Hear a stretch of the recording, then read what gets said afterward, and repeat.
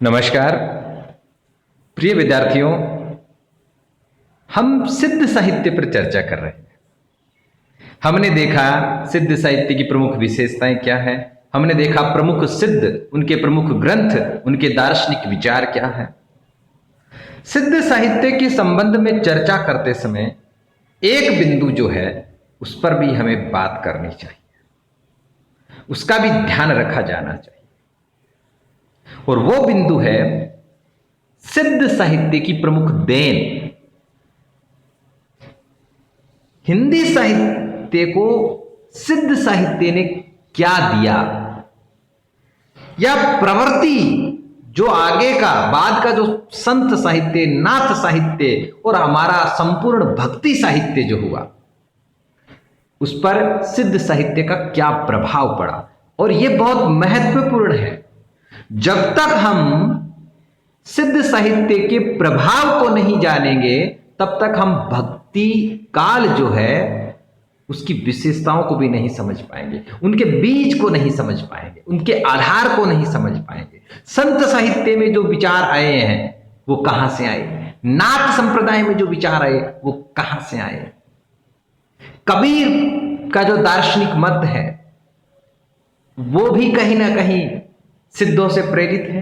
तो आज हम सिद्ध साहित्य की, हिंदी साहित्य को देन या सिद्ध संप्रदाय की देन, उस पर हम बात करते हैं। भाषा की दृष्टि से पहले देखिए, जो अपभ्रंश प्रभावित जो सिद्धों की भाषा है वही आगे चलकर हिंदी का आरंभ होता है।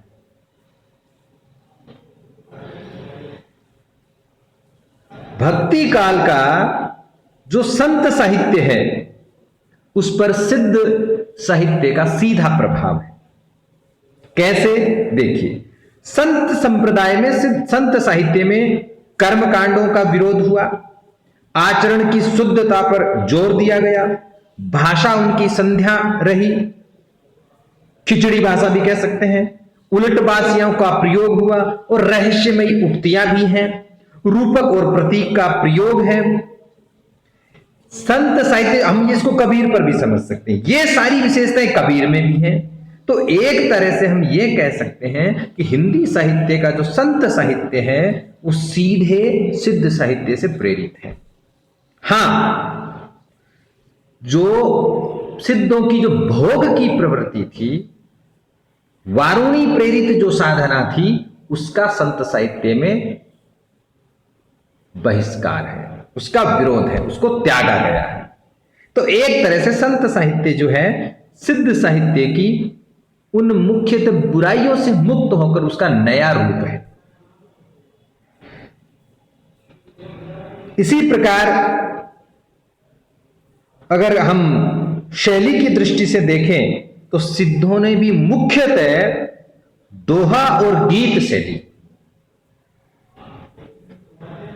का प्रयोग किया, और संपूर्ण भक्ति साहित्य भी एक तरह से दोहा और गीत शैली पर की शैली पर ही आधारित है, गयात्मक है। इसी कड़ी में हम देख सकते हैं नाथ साहित्य, एक तरह से नाथ साहित्य सिद्ध साहित्य में से ही निकल करके आया है। कहते हैं कि 84 सिद्धों में ही